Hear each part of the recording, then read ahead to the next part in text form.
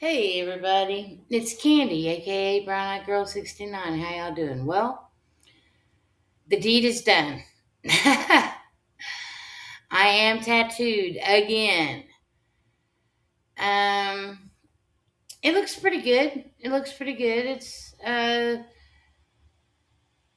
would have preferred to have had it on my chest, but they told me that I could only get my arms and legs tatted. Simply because if he was going to do it on my chest, he would have to stand up and yada yada yada. So that's why they only allow arms and legs when it comes to flash tattoos. Now, if I wanted to get a tattoo on my chest, I could have went in and paid a higher price and gotten the same tattoo. Now, the splash tattoo originally was $40. That's just for the basic outline. That didn't include any color or anything like that. I did ask him how much it would cost per color. He said $10 a color. So I got the dog in brown, actually two shades of brown, and I got the heart in like an emerald green. So it's a really dark green, but as time goes on, it'll fade and you see the green better. And the ghost, well, I was thinking about actually putting white ink in there, but then that would have been like another color, and I didn't even think about it until after the fact, so it's just my skin color. But I think it looks a lot better the way it's done than it probably would have. It would have been a little bit more colorful, a little bit more brighter if I would have had the ghost tattooed white. That is so cute. This is one of my granddaughter's shirts. It's so cute, isn't it? Anyway, so as you can see, I'm sitting here sorting through laundry. My daughter had told me that she had watched my last video that I did on laundry day, and she said, "Y'all make another laundry video." And so it was her suggestion that I do, and I told her, well, I might make one of me talking while I'm sitting there at least sorting the clothes. Which I don't know how well I'm going to sort through these clothes, but or if I'll continue to sort through the clothes this whole entire video. I have no idea. Anyway, there's another cute little shirt, Minnie Mouse, blowing some bubble gum there. But my daughter's birthday's today. I said that earlier in my short that I made, and she's 27 years old. I was going to kind of talk a little bit about, you know, when I went in labor and how long I was in labor and blah, blah, blah. Which I could kind of give a little bit of a rundown of that, but um, I actually went into labor with her on February 19th at 3 a.m. And she wasn't born until February 20th at 4:38 a.m. Basic rundown, I woke up, was in labor, realized I was in labor a few minutes after. I didn't realize I was in labor right away. Um, my original due date had been February 11th, and then when she didn't show up, we were trying to do things to make her come by the 14th, and she still didn't show up. I had a doctor's appointment on the 15th, and basically my doctor told me that if she hadn't arrived by the 22nd, I think that would have put me exactly at 42 weeks. Um, then I would go into the hospital and be induced. So I was automatically just assuming that's what was going to happen, you know. And so when I woke up that night, on the morning of the 19th, it took me a minute to realize what was going on. And I was in labor. And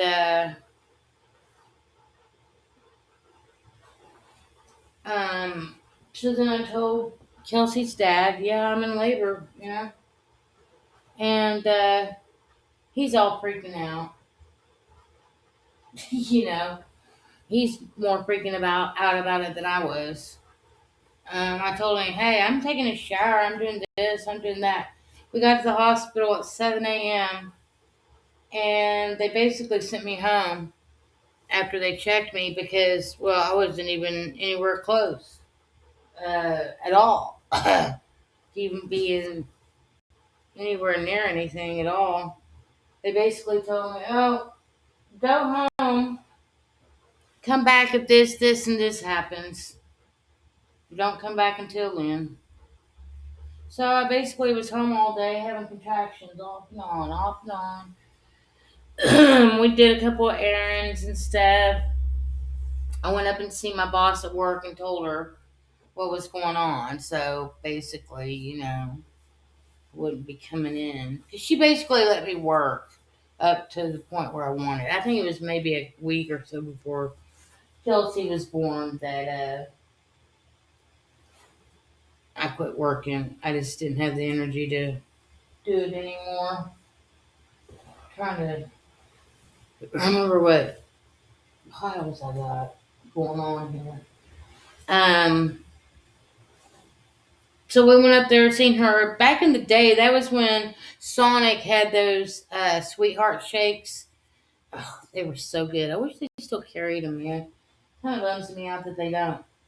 Um, the sweetheart shakes were like a chocolate covered cherry shake, I think, that they had. And they had it every February for Valentine's Day. So me and her dad went up to a Sonic and got us one of them. Basically, I was afraid to eat because, you know, what if something happened and they'd had to rush me into emergency surgery for cesarean or something, you know? Having surgery with a full belly, yeah, that's a no no. So, yeah, I didn't eat. And then um,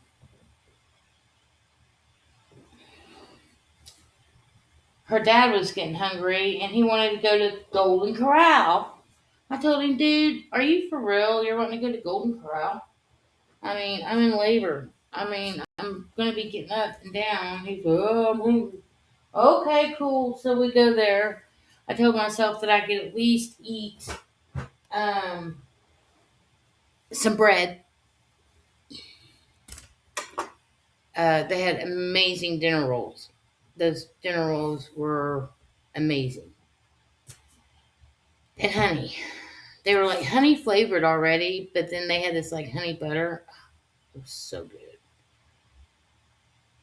But yeah, that's where we were when I went into labor. I felt a very strong contraction coming on. And so I got up to go to the bathroom. And as soon as I stood up, I felt a gush. But it wasn't like a large gush, but I felt a little bit of a gush. I happened to have a sanitary pad on just in case that happened while I was out and about. I run into the bathroom, and of course, there's nothing in the sanitary pad, but it was wet. I could feel that it was wet, but there was no color. So I automatically knew that was probably the amniotic fluid. They said it didn't have no color, no taste, or anything like that. So, and no scent either, no smell really. And so I did a couple of things to check to see if I was, and yeah, I was leaking a little bit. I wasn't like gushed out, but it was leaking. So I immediately hurried up, got myself together, went back out there, told him we got to go to the hospital. and went to the hospital, and they admitted me in. It was around probably 9 o'clock, 9:30 at night. By the time I actually got admitted in and got into a room and all that, and the work was about to be before me for the next 7.5 hours, and that's how it went. Um, in the beginning, I was going to try to do it with no drugs. I didn't want drugs. I wanted to be able to feel the experience, you know. Um, but after being in labor for the length of time that I'd been in, I was begging for drugs.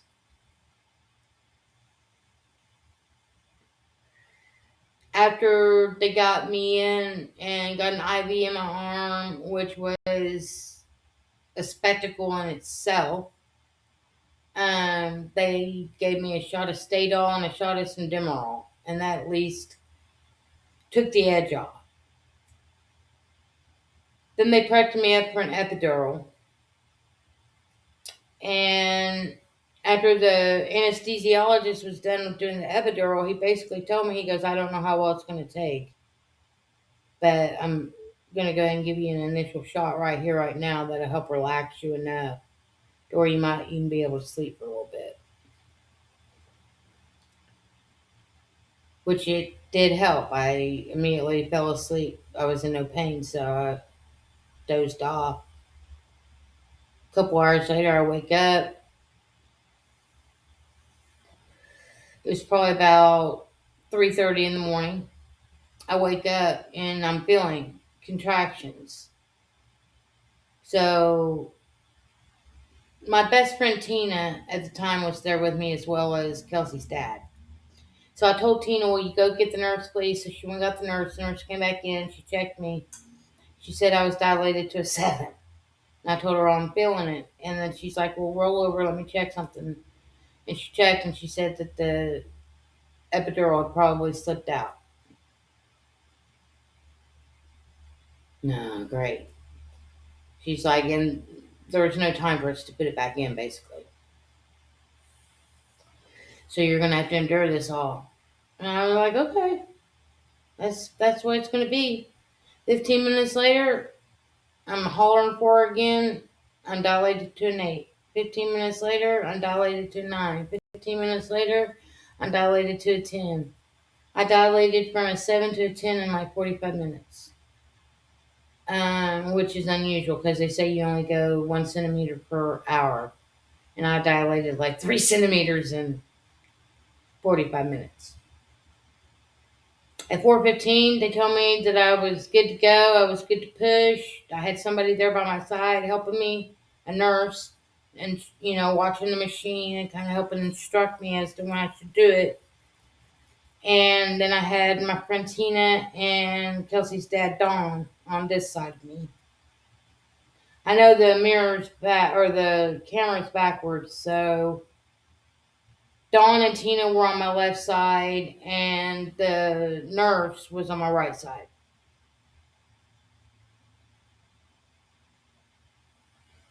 My doctor hadn't even come in yet. Um,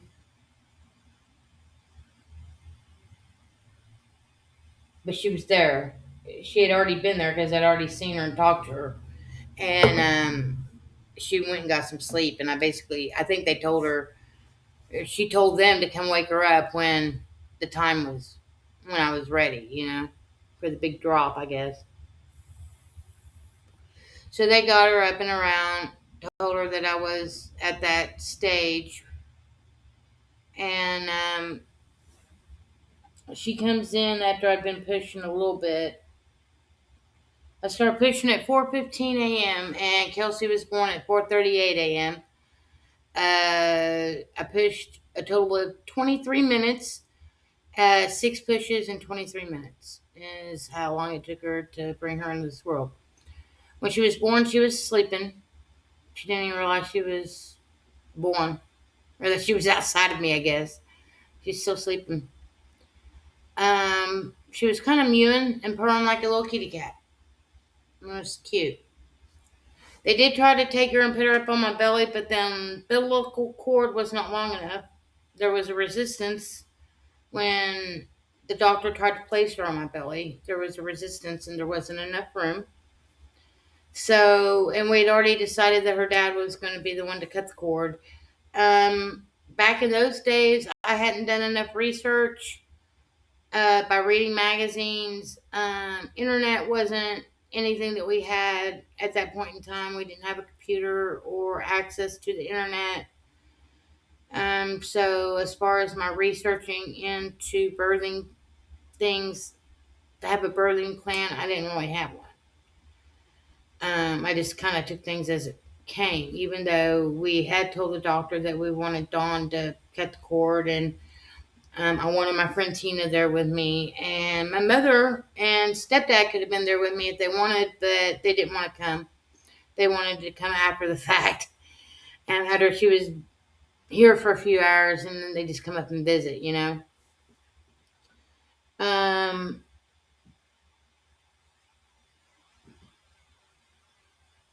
so they had to immediately take her away from me, and I couldn't hear her. You know, I couldn't hear her. She was sleeping. And they told me, yeah, she's fine. She's sleeping, but she's getting ready to be awake. And within a short, very short period of time, probably a couple minutes, felt like a lifetime to me. She was awake, screaming, crying. They did everything. They measured her, weighed her, all that. They did most of that, I think, while she was sleeping because she was more maneuverable that way. Um, they smacked her on the butt, I guess, and woke her up.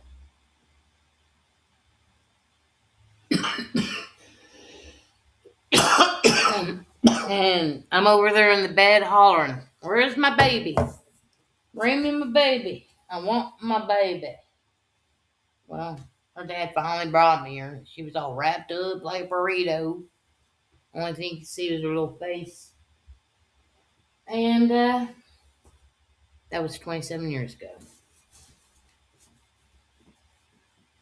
I did get postpartum depression after the fact. But I did have help given to me for that.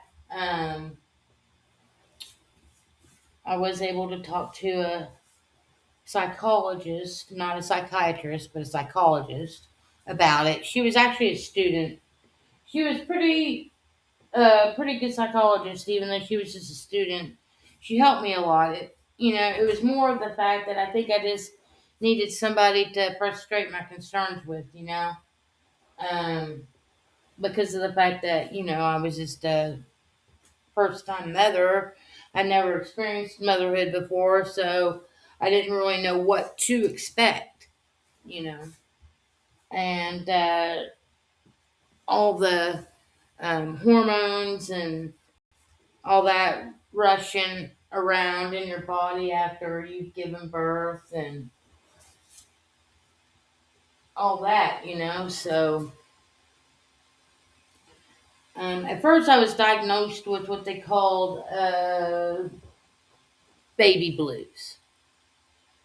Then they released me, and I think it was a couple weeks after I was released that I had a breakdown at my job, a mental breakdown, and my boss came to work that day, sent me home, and that's when they told me that the insurance wasn't going to cover it because I was 3 months postpartum. So it was basically something I had to learn how to deal with on my own.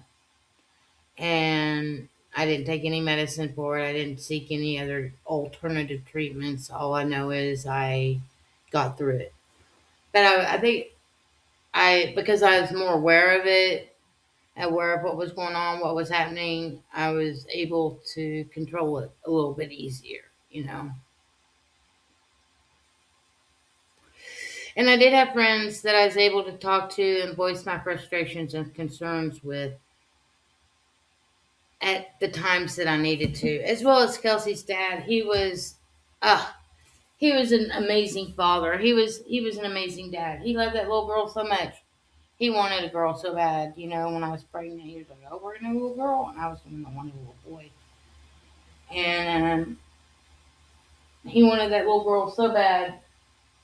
Well, he got his little girl, and he loved her so much. He wasn't afraid of changing her diapers. He wasn't afraid of feeding her. He wasn't afraid of cuddling her to sleep. Uh, he didn't have no issues with any of it.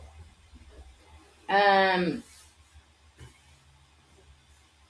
and so, yes, he was a very good dad. He always made sure that she had everything that she needed and that she was provided for. And that was whether or not when we were living in the same household or if we were living in separate households. Kelsey's dad, like I said, was awesome, wonderful, and amazing. It really was a shame when he passed away in 2002 when Kelsey was almost 4 years old. Um, it really was a shame because me and him was in the process of, well, we were back together. We were back together. Uh, but as far as us in our living arrangements, we were still living apart at the time that he passed away. But I had just seen him prior to that, a few days prior to his passing. And so had Kelsey. In fact, she was supposed to have stayed with her dad, but ended up coming back with me simply because of instinct. In fact, I think I've made a video about that before. Um, on the anniversary date of his passing, or when I was talking about us on our anniversary date of when we got together. I've made so many videos, in the last. In fact, today's another day I can talk about it too. I have been back in Oklahoma for 5 years. Come tomorrow. It was 2021, and Kelsey and I, Kelsey and Hunter and baby Everly, and Kelsey was pregnant with the second child, Cadence. Um,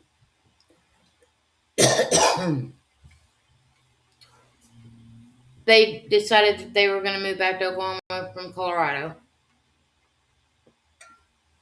And I was out and about traveling around, so I didn't really have a space to call my own other than the van that I lived in and drove around to different places. I was in southern Louisiana, Mississippi border when I realized that I was going to come back to Oklahoma. There was a storm forecast for the end of, I guess it was the earlier part of February, middle part of February. It was coming down from the north instead of up from the south. So Oklahoma got hit with the storm before Texas or Louisiana did. And I just happened to be up in northern Louisiana in Greenwood, which was just west of Shreveport. And I got stuck in a hotel room there for 10 days. I guess it was around February 9th, February 10th, somewhere around there. Maybe around the 8th. But yeah, I was going to try to make it up here to Oklahoma, but the storm, a big ice storm hit before I was able to make it. So, um, I had to stay in this hotel room. And Kelsey and them weren't going to make it down till the 20th, 21st anyway. So yeah, that's how I got back to Oklahoma and decided to try to start a life over again here in my small childhood hometown. So, anyways, it looks like I've been ranting and raving, not ranting and raving, but just rambling for a minute, but I feel like I've gotten a lot caught up. I made some fresh coffee.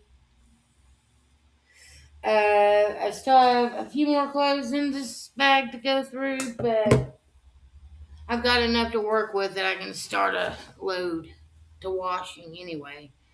And then I can work on getting the other sorted out and ready to wash after the first wash gets done. But yeah, I'll post a picture of the tattoo, um, the actual outline. It doesn't have the color. That'll be my cover photo. Once it heals in 2 or 3 days, I'll take a picture of it. Right now, like I said, I got that plastic over the top of it. I plan on taking a shower a little later anyway, so I might take it off before I take the shower, or I might take it off after I take the shower. All I know is I gotta rinse it off. Ugh. In the first 24 to 48 hours, I think he said that I can keep it on there for up to 48 hours. And he said if there's any like liquid that gets down in there, it's just plasma. It's nothing to worry about. And basically, just rinse it with water and use a non-scented soap on it. So that's basically all I got to worry with until it heals back up a little bit. I don't know.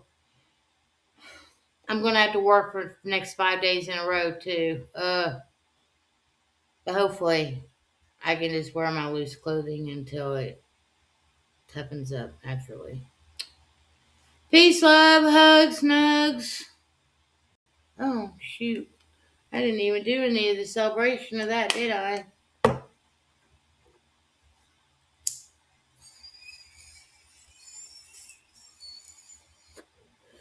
And until the next time, I'm out.